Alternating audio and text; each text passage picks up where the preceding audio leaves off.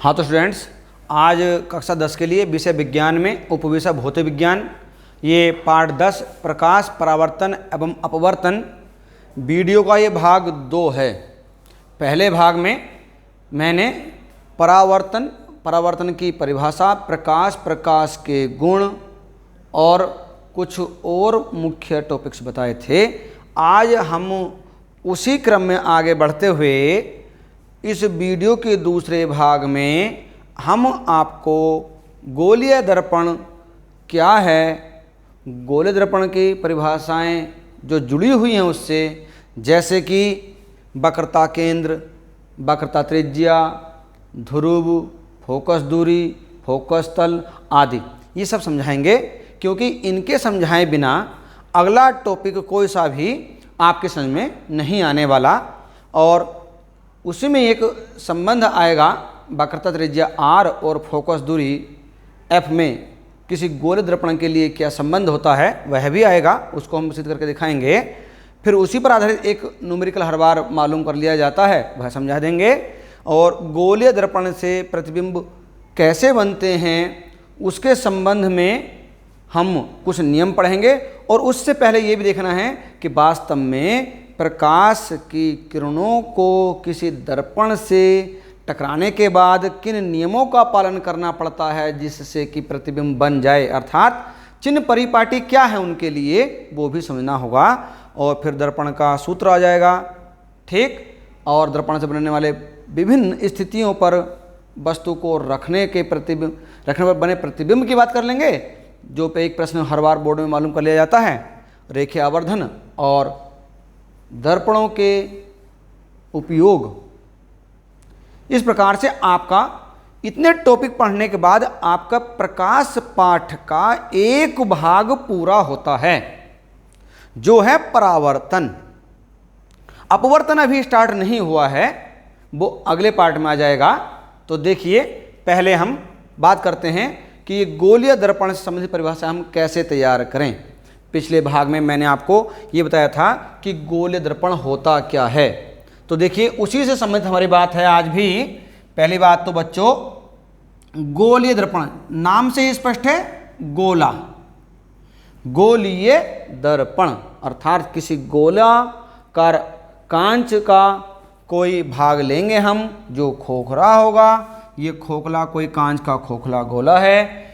अब हमने यदि इस कांच के खोखले गोले को तराश दें, अर्थात काट दें, चाहे इधर से काट दीजिए चाहे इधर से काट दीजिए, तो हमारे पास दो आकृति बन सकती हैं। संभवतः कौन सी, या देखेंगे, एक आकृति ये जो कट कर इधर को आएगी, या अगर आप इधर से काट रहे हैं तो ये आकृति कट करके ऐसे आ जाएगी।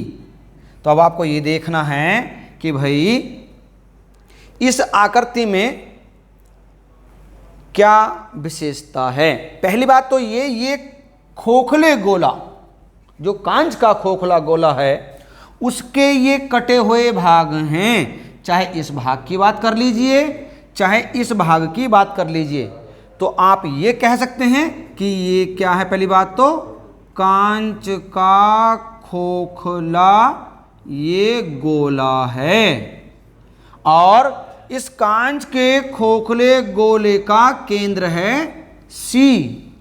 और मैं यदि कह देता कि भाई इस कांच के खोखले गोले की त्रिज्या क्या है, तो आप कहते कि भाई इस कांच के खोखले गोले का केंद्र और जो परिधि है ये गोलाकृति वाली, इसको कहीं पर मिला दीजिए, क्या बन जाएगी, त्रिज्या। अब ये बात अब आपके समझ में आ गई होगी।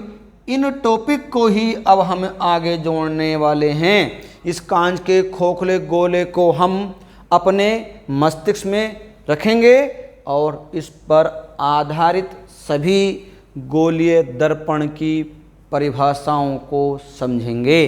तो देखिए, पहली बात तो बात ये है कि ये जो कांच का खोखला गोला कट करके आया है, हम इस गोले को दो भागों में देख सकते हैं।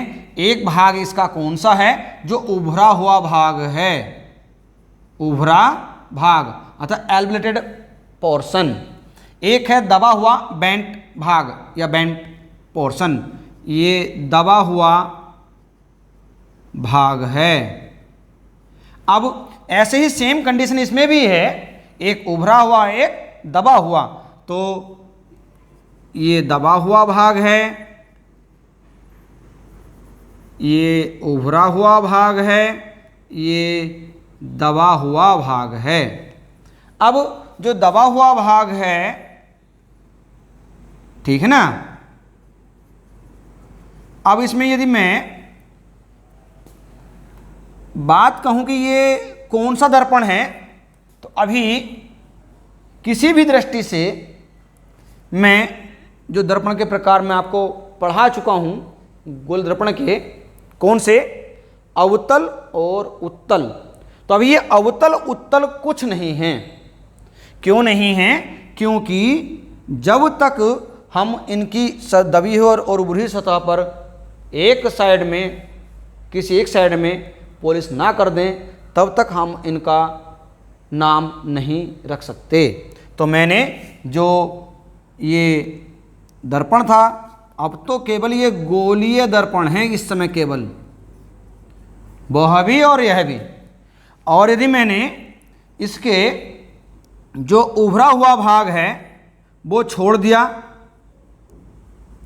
दबे हुए भाग पर पॉलिश हो गया, ये कर दिया, तो यदि दबे हुए भाग पर पॉलिश होता है तो जो प्रकाश की किरणें आएंगी वो परावर्तन का काम करेंगी।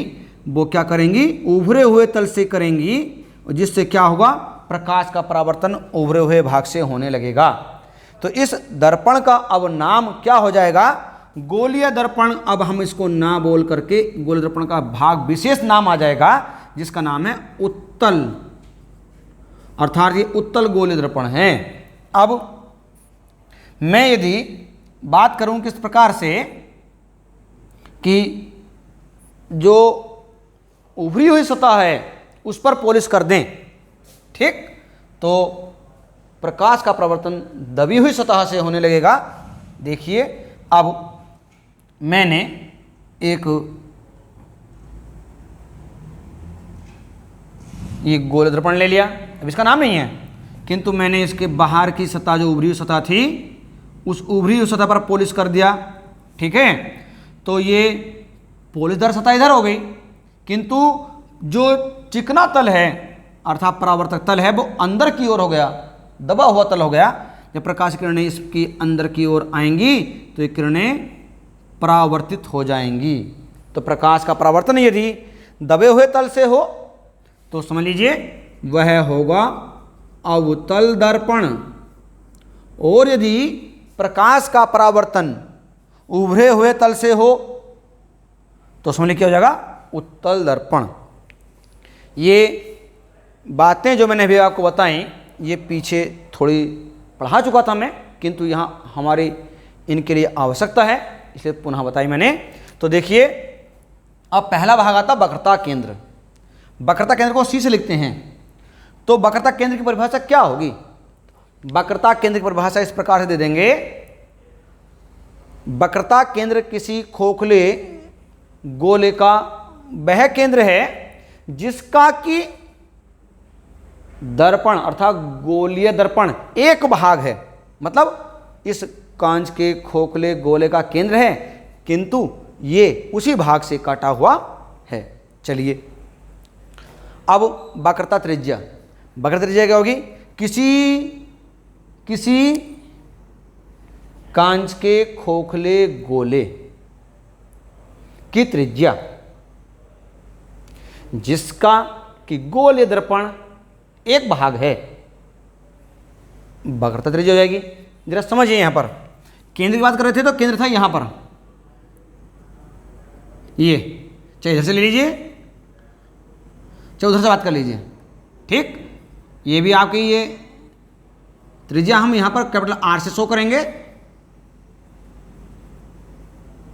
ठीक। तो ये आर तो आपकी यहां से थी यहां तक, ओके। और जो वक्रता केंद्र है वह इस गोल दर्पण का केंद्र को शो कर रहा है। त्रिज्या क्या हो गई? इस खोखले गोले की त्रिज्या, जो कि इसकी त्रिज्या भी कहलाएगी, चाहे इधर ले लीजिए और चाहे दूसरे वाले भाग में बात कर लीजिए आप, ये भी वक्रता केंद्र और परावर्तक तल के बीच की जो दूरी होगी वो त्रिज्या हो जाएगी। ये वक्रता केंद्र यहाँ से हो जाएगा। अब बात आती है ध्रुव। बच्चों, इस दर्पण का परावर्तक तल जो है, उस परावर्तक तल का जो मध्य बिंदु होता है वो ध्रुव P कहलाता है। ठीक, ऐसे ही P यहां पर आ जाएगा। एक टॉपिक आएगा मुख्य अक्ष। मुख्य अक्ष होती है क्या?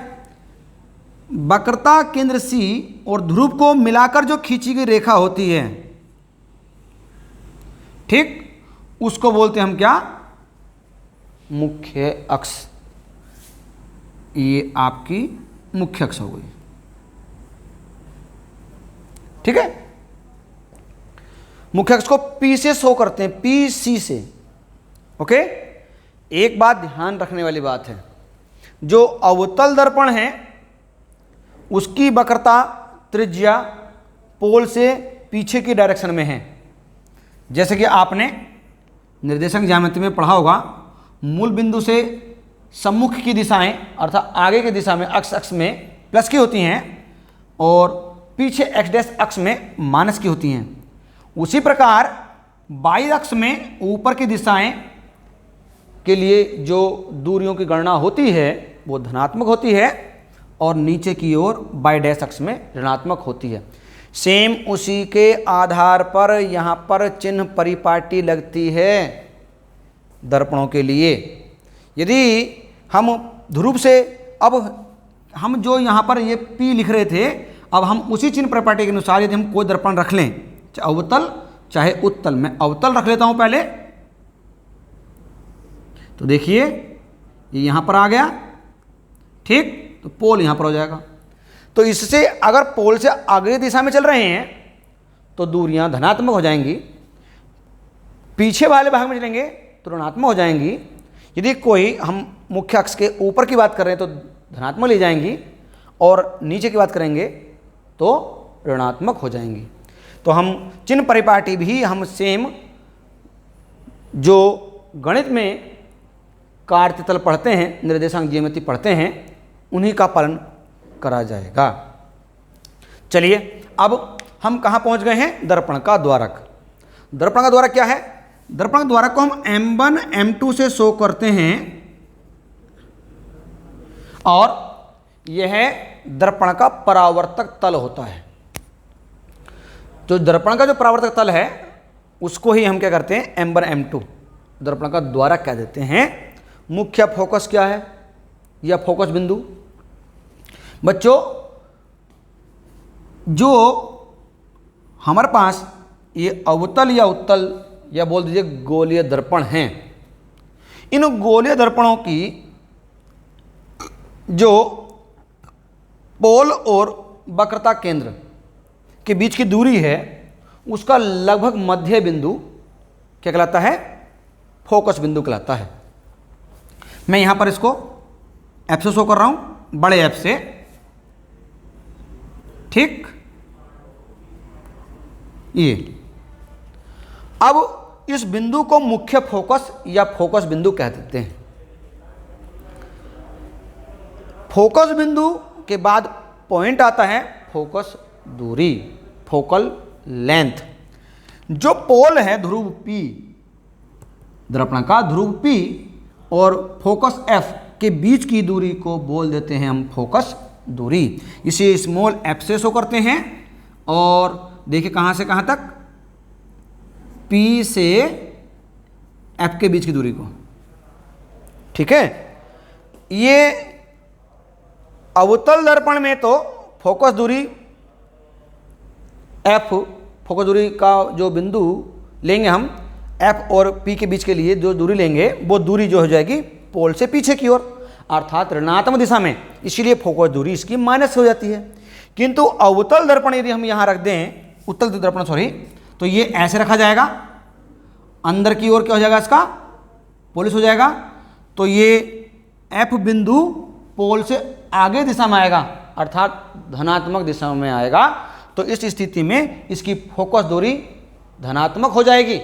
तो आपको ये ध्यान रखना है कि अवतल दर्पण की जो फोकस दूरी होती है वो ऋणात्मक होती है, किंतु जो अवतल के बाद उत्तल की बात करते हैं हम, तो उत्तल दर्पण की जो फोकस दूरी है वह कैसी होगी, धनात्मक होगी। इसी प्रकार से अवतल दर्पण की जो वक्रता त्रिज्या है r, वो पोल से पीछे की ओर होगी, क्योंकि यहाँ पर सेंटर इसका यहाँ पर होगा, तो ये वक्रता त्रिज्या भी माइनस की हो जाएगी।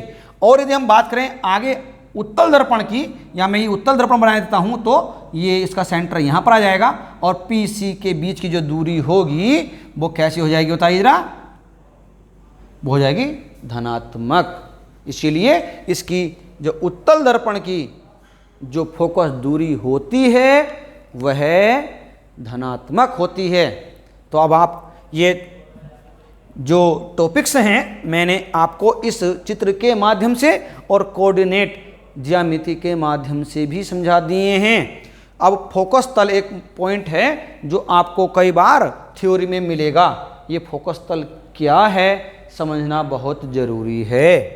तो देखिए, जो दर्पण है, चाहे वह उत्तल है चाहे वह अवतल है, इस दर्पण का जो फोकस बिंदु F होता है, इस F पर लंबवत खींची गई 90 अंश की रेखा क्या कहलाएगी, फोकस तल कहलाएगी। मान लीजिए हमारे पास एक ये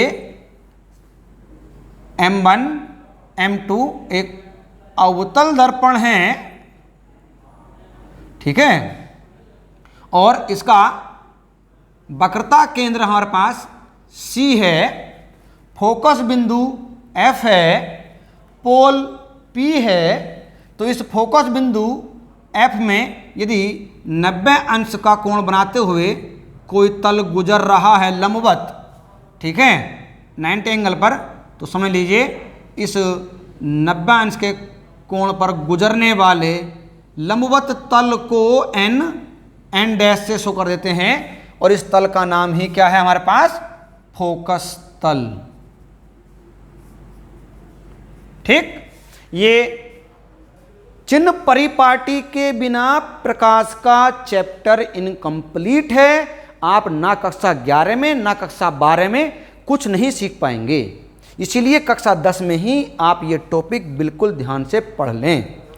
देखिए, उसके बाद बात करते हैं गोलीय दर्पण की वक्रता त्रिज्या r तथा फोकस दूरी में क्या संबंध है।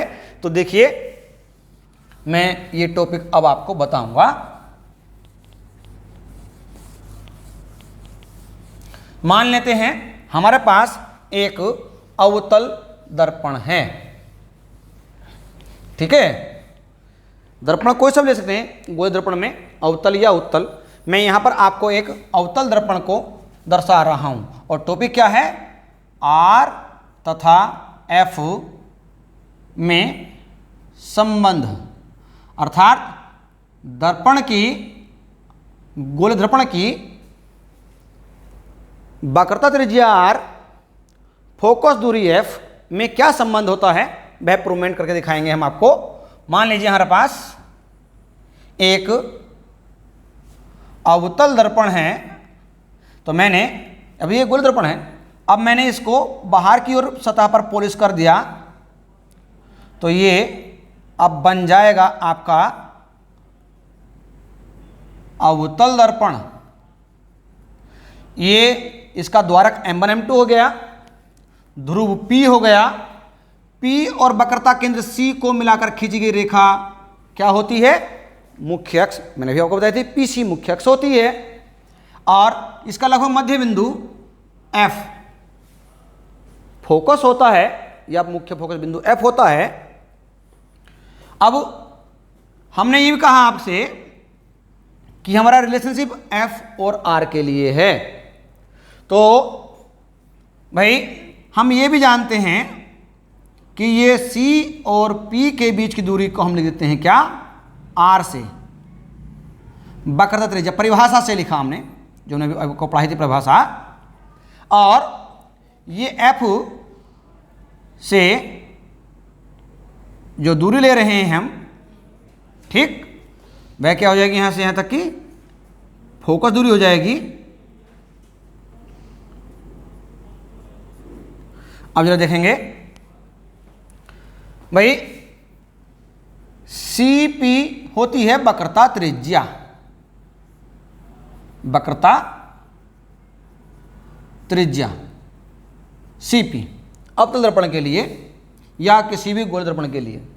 अब यहां पर CP हमारे पास दो भागों में है, CF प्लस FP, ये CP हो गया। अब एक बात और ध्यान रखने वाली बात है, सारी दूरियां P से ली जाती हैं, तो अब आप इसको यदि लिखना चाहें तो PC भी लिख सकते हैं, और पहले आप इस दिशा में कौन सा पॉइंट आ रहा है उस तरह से भी चल सकते हैं।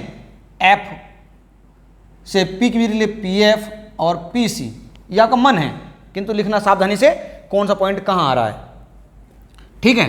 CF और हमने क्या लिया, PF ले लेंगे यहां से, ताकि आपको ध्यान रहे सर ने हमसे क्या कहा था। तो मैंने वही पॉइंट इन्वॉल्व कर रहा हूं पहले P, ताकि आपको आगे तक थोड़ा ध्यान रहे।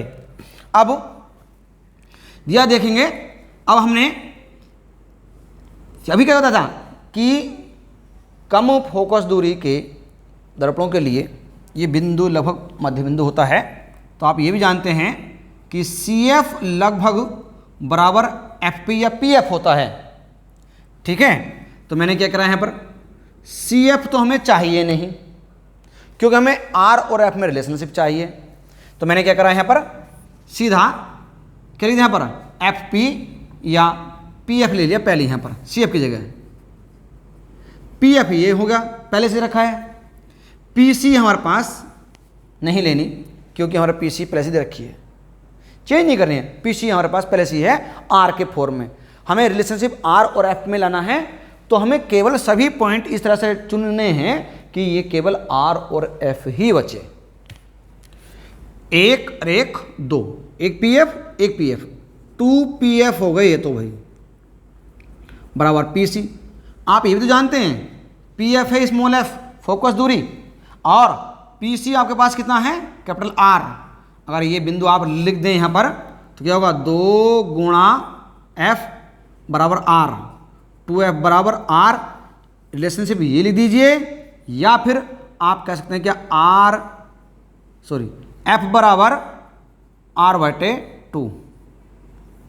मतलब क्या कहा आपने कि वक्रता त्रिज्या, इस संबंध से क्या बदलता है, वक्रता त्रिज्या R गोल दर्पण की फोकस दूरी के दुगुने के बराबर होती है, या फिर ये कह दीजिए कि किसी वक्रता से किसी अवतल दर्पण या गोल दर्पण की फोकस दूरी उसकी वक्रता त्रिज्या की आधी होती है। ये रिलेशनशिप आपको मालूम कर लिया जाता है, और ये आपको याद भी रखना है। इसमें एक न्यूमेरिकल रख लेते हैं छोटा सा। मान लीजिए एक अवतल दर्पण की जो वक्रता त्रिज्या है वह 40 सेमी है। कितनी है, 40 सेमी। फोकस दूरी निकालनी है आपको। भाई अवतल दर्पण है, मैंने बोला अवतल दर्पण की वक्रता त्रिज्या, और मैंने क्या कहा था कि अवतल दर्पण की वक्रता त्रिज्या माइनस में ली जाती है, तो मैंने यहां पर माइनस लगा दिया। ठीक, निकालना क्या है, फोकस दूरी। तो आपको पास फॉर्मूला याद होगा, F बराबर R/2। तो R की वैल्यू आपके पास मैंने अभी लिखी है -40, 2 से डिवाइड कर दीजिए, 2 1 जा 2, 2 2 जा 4 और 2 2 4, तो 40 का आधा 20। ये 20 सेमी आपकी फोकस दूरी अवतल दर्पण की आ गई। एक नंबर का क्वेश्चन हर बार आता है बोर्ड में, एग्जाम में मालूम कर लिया जाता है अपने होम एग्जाम में। ठीक है, तो इस प्रकार के क्वेश्चन को आप तैयार करेंगे। कभी वो R मालूम कर लेगा, कभी F मालूम कर लेगा, ये आप इसे आगे सोल्व कर सकते हैं। चलिए, ये आपका इसमें ये टॉपिक कंप्लीट हो गया यहाँ तक। अब न्यूमेरिकल मैंने आपको बता दिया, चिन्ह परिपाटी मैंने आपको बता दिया, पर चिन्ह परिपाटी में एक विशेष बात अभी और है जो आपको समझानी है। हमेशा ये ध्यान रखनी है, जब भी प्रतिबिंब बनने की बात करेंगे, चाहे अवतल दर्पण से करेंगे, चाहे उत्तल दर्पण से करेंगे, चाहे किसी लेंस के सामने के लिए बात करेंगे। अभी लेंस का टॉपिक मैंने स्टार्ट नहीं किया है, तो ये ध्यान रखना है कि हमेशा प्रकाश की जो किरणें आती हैं वह किरणें हमेशा हमें किस ओर से, बाएं ओर से दर्पण या लेंस पर गिराई जाती हैं। किरणें बाईं ओर से ही आती हैं, ये फिजिक्स में आपको ध्यान रखना है, ठीक है। और ध्रुव से जो दूरी होगी, आगे की दूरी होगी प्लस की होगी, पीछे की माइनस की होगी, ऊपर की दूरी प्लस की होगी, नीचे की माइनस की होगी। किरणें सदैव बाईं ओर से ही आएंगी, ठीक। अब ये मुख्य बातें हैं जो आपको याद रखनी हैं। अब टॉपिक गोले दर्पण से प्रतिबिंब बनने के नियम क्या हैं, ये बात आपको ध्यान में रखनी है। मैं एक साथ गोले दर्पण के लिए अवतल और उत्तल दोनों को बताऊंगा। हमारे पास यहां चलेगा अवतल दर्पण और यहां चलेगा उत्तल दर्पण, ठीक है। मैं बीच में यहां पर पार्टीशन कर देता हूं इसको दो भागों में बांट लेता हूं। यहां पर क्रम हो जाएंगे हमारे,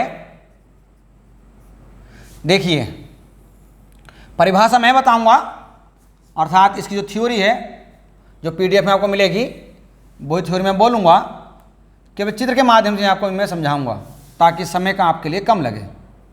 पहली बात तो ये कि जब हमारे पास कोई अवतल दर्पण है, M1 M2, ध्रुव इसका P है, वक्रता केंद्र इसका C है और फोकस F है, तो किसी अवतल दर्पण के मुख्य अक्ष कौन सी होती है? PC, यहां तक की दूरी, मुख्य अक्ष के समांतर कोई किरण आती है, प्रकाश किरण जब किसी अवतल दर्पण के मुख्य अक्ष के समांतर आती है तो वह दर्पण से परावर्तित होने के पश्चात, समझिए किरण आई समांतर मुख्य अक्ष के, और कहां हो रही है, ये परावर्तित होने के पश्चात कहां से होकर जाती है, फोकस में से होकर जाती है। ये पहला नियम है। तो कहीं भी प्रतिबिंब बनाने की जरूरत पड़ेगी तो हमें ये ध्यान रखा, कोई समांतर किरण यदि आ रही है दर्पण के लिए तो वो क्या होगी, सीधे फोकस होकर के जाएगी, ये ध्यान रखना। ये कहीं के लिए, अवतल के लिए। उत्तल में क्या है ये देखेंगे। उत्तल में थोड़ा ध्यान रखना है। पहली बात तो चूंकि हमें किरणें कहाँ गुजारनी है, किरणें गुजारनी है बाईं ओर से, तो हम दर्पण को इस प्रकार से रखेंगे कि किरण हमारी बाईं ओर से आने के लिए सही प्रकार से दिखाई दे। तो हमने क्या किया, उसी प्रकार से हमने क्या है, इसके मुख्य अक्ष बनाएंगे। ये दर्पण M1 M2 हो गया, ध्रुव P हो गया, और यहाँ पर C वक्रता केंद्र है, और ये इसका फोकस होगा। मैंने आपको बताया था कि अवतल दर्पण में तो वक्रता केंद्र पीछे की ओर होता है और फोकस भी, किंतु ध्रुव से आगे की ओर जो होगा उत्तल दर्पण में वक्रता केंद्र और फोकस होगा। अब इस प्रकार से मैं कह रहा हूं क्या, जब प्रकाश किरण आएगी समांतर तो ये फोकस से बाहर जाती हुई प्रतीत होगी।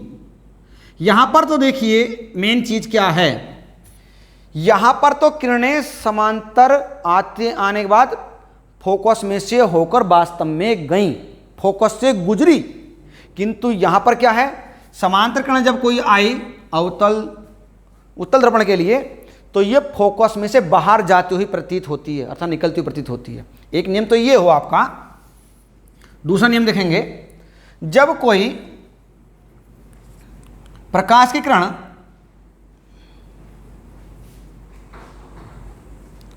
अवतल दर्पण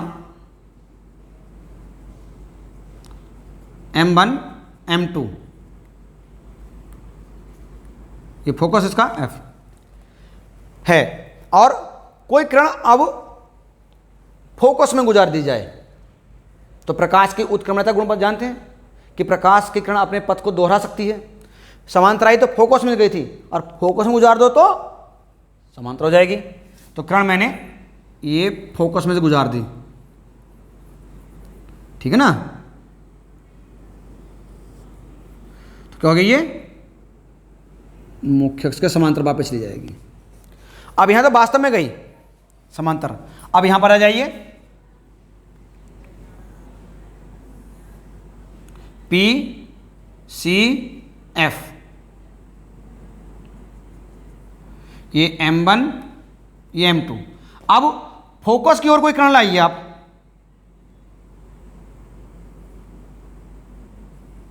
भाई यहां पर डॉट डॉट क्यों ली, क्योंकि आगे पोलिस था, आभास लगेगा जैसे अंदर की ओर जा रही है, तो किरण फोकस की ओर कोई आती हुई दिखाई दे रही है। ठीक इस प्रकार से, तो जब किरण कोई आ रही है फोकस की ओर, तो ये क्या होगी, या फोकस में गुजारी तो समांतर हुई, यहां फोकस की ओर आती हुई समांतर हो जाएगी। अर्थात जो प्रकाश किरण उत्तल दर्पण के लिए फोकस की ओर आती हुई प्रतीत होती है, तो बस परावर्तन के पश्चात मुख्य अक्ष के समांतर वापस जाती है। नंबर 3 क्या है, हमारे पास कहीं एक अवतल दर्पण बना दिया मैंने, M1 M2, ठीक है, और इसका फोकस F है और वक्रता केंद्र C है। ऐसी मैंने, अब मैंने किरण उजारी कहाँ से, वक्रता केंद्र से उजारी। ये ध्यान रखना, वक्रता केंद्र किरण आई हुई जो आती है वो अपने मार्ग से पुनः वापस उसी प्रकार चली जाती जिस प्रकार से वह आई थी। There is no change. ठीक, अब यहां पर आ जाइए, किसमें, उत्तल दर्पण में आ जाइए। तो उत्तल दर्पण में क्या होता है, जैसे मैं आपको मैंने अभी बताया कि अगर कोई प्रकाश किरण वक्रता केंद्र की ओर आती है वास्तव में, तो वह वैसे ही वापस हो जाएगी। यहां कोई आती हुई प्रतीत हो रही है वक्रता केंद्र की ओर, तो यहां तो दिखाएंगे पक्की डॉट, क्योंकि ये आ रही वास्तव में, आगे पुलिस था तो बिंदु बिंदु दिखाएंगे क्योंकि ये आभास हो रहा है। अब जैसे ही ये हमें आती हुई दिखाई दे रही है, तो ये वापस ले जाएगी। इन 3 नियमों में से कोई 2 संभव नियम लगाए जाएंगे वस्तु की स्थिति के आधार पर दर्पण के लिए, तभी प्रतिबिंब बनेगा। इसलिए ये आप नियम पढ़ लें, और अगला जो टॉपिक है, ठीक है, ये बताते हैं। तो जो टॉपिक आएगा वह क्या आएगा, दर्पण का सूत्र। ये टॉपिक जो मैं बताऊंगा ना, वस्तु की विभिन्न स्थितियों के आधार पर प्रतिबिंब का बनना, ये मैं आपको PDF के माध्यम से भेजूंगा, ठीक है, उसे तैयार करना आप।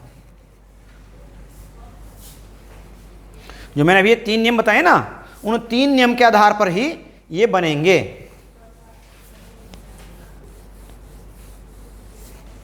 अब बात क्या है, दर्पण का सूत्र की बात करते हैं। दर्पण कोई सा भी एक गोले दर्पण में, अवतल हो या उत्तल हो, ये ध्यान रखना है कि मान लीजिए हमारा टॉपिक आ रहा है दर्पण का सूत्र, तो इस प्रकार से बताइए क्या, किसी गोले दर्पण के लिए U B तथा F में संबंध क्या है, बताइए।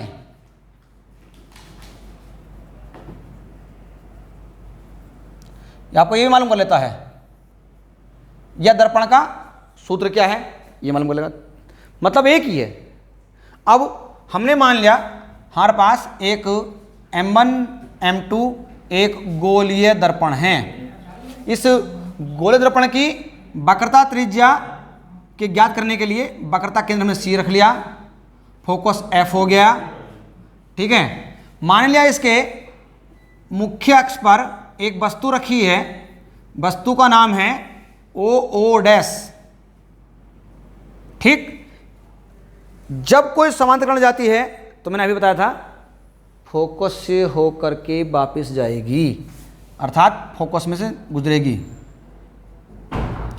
ये किरण आई यहाँ पर, ठीक, और समांतर होने पर क्या हो जाएगी, ये से टकराई मान लिया, ये फोकस में से होकर के जाएगी, ठीक है बच्चों। अब यदि मैं इस एक दूसरा नियम लगाऊं फोकस बिंदु वाला, तो फोकस बिंदु से यदि मैं किरण गुजार दूं, तो सोचिए ये कहां से होगी, ये परावर्तित होकर के समांतर हो जाएगी, उन्हीं नियमों का पालन हो रहा है जो मैंने अभी पढ़ाए आपको। ठीक, तो ये परावर्तित हो गई। जहां किरणें टकराती हैं परावर्तन के पश्चात वहीं प्रतिबिंब बनता है। समझिए, जहां किरणें परावर्तन के पश्चात टकराती हैं वहीं प्रतिबिंब बनता है। ये किरण आई ओ डैश ए फोकस में होकर के गई, ओ डैश ये बी किरण है, परावर्तन के पश्चात यहां टकराई। तो मान लीजिए जहां टकराई है मैंने यहां प्रतिबिंब बना दिया, ये आई और ये आई डैश, ये प्रतिबिंब है, ये बिंब है, ये प्रतिबिंब है। ठीक है, अब इसी में हम दोनों फॉर्मूले मिल जाएंगे, कौन, दर्पण का सूत्र भी और रेखीय आवर्धन का भी।